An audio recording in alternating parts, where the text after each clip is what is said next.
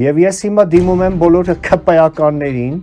ովքեր պիտի հիմա սթափվեն եւ լավ հասկանան թե ինչ է տեղի ունենում, ձեր տերը, ձեր շեֆը ձեզ լքելու է եւ փախնելու է, միգուցե եթե հասցնի, բայց դուք մնալու եք, դուք չեք կարողանալու կամ բոլորը չեք կարողանալու փախչել եւ մնալու եք հայ ժողովրդի դեմ առ դեմ, առերեսվելու եք հայ ժողովրդի ցասմանն ու զայրույթի։ Լավ մտածեք, սա ձեր վերջին հնարավորությունն է խելքի գալ,